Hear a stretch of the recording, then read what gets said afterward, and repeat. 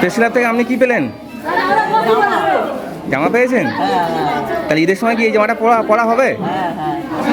জামা পেয়ে ভালো লাগলো? কেমন লাগলো জামাটা পেয়ে? আপনি কি করেন? হ্যাঁ, আচ্ছা আচ্ছা আচ্ছা। কোন অফিসে কাজ করেন? ইলেকট্রিক অফিসে। কি নাম আপনার? আমার নাম আব্দুল গফফার। তাহলে ঈদের সময় এই পাঞ্জাবিটা পরা হবে? আর কি পেয়েছেন? এই শুধু জমা দিল টাকা 100 টাকা। 100 টাকা নিয়ে কি করবেন আপনি? হ্যাঁ বলছি, কি করবেন ঈদের সময় খরচা করবেন বলে টাকা দিয়েছেন? তাহলে প্রেস ক্লাবে কি বলবেন আপনি? প্রেস ক্লাবকে কি বলবেন? ধন্যবাদ দেবো, আর কি বলবো।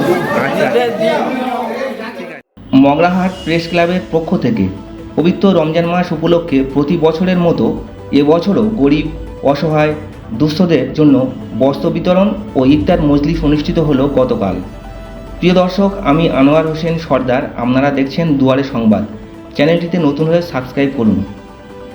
ইফতারের পরে প্রায় 200 জন গরিব ও দুস্থদের হাতে তুলে দেওয়া হয় শাড়ি, পাঞ্জাবি, শার্ট, বাচ্চাদের জন্য জামা কাপড় এবং নগদ 100 টাকা।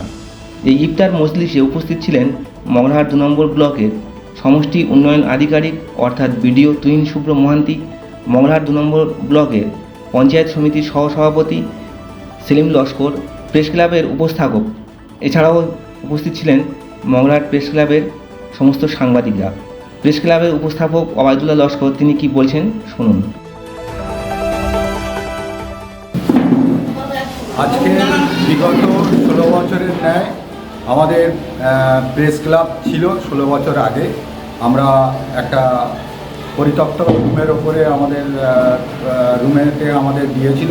সেই সময় 2011 সালের আগে আমরা ওখানে অনেক কিছু করতাম। করতে করতে আমাদের চিন্তাভাবনা আসলো সাউথ মিডিয়া কোচিং সেন্টার নামে একটা সেন্টার করেছিলাম, যাতে দুস্থ প্লেয়ার, দুস্থ মানুষ সকলের হচ্ছে গিয়ে সেবা করতে পারি। এই জন্য তো বিগত দিনের ন্যায় এবছর আমরা কিছু উপহার মানুষের হাতে তুলে দিলাম সামনে ঈদ উপলক্ষে।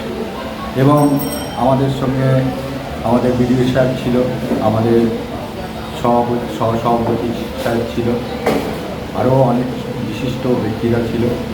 ডায়মন্ড হারবার প্রেস কর্নারের একাধিক দাদারা, সাংবাদিকরা ছিল।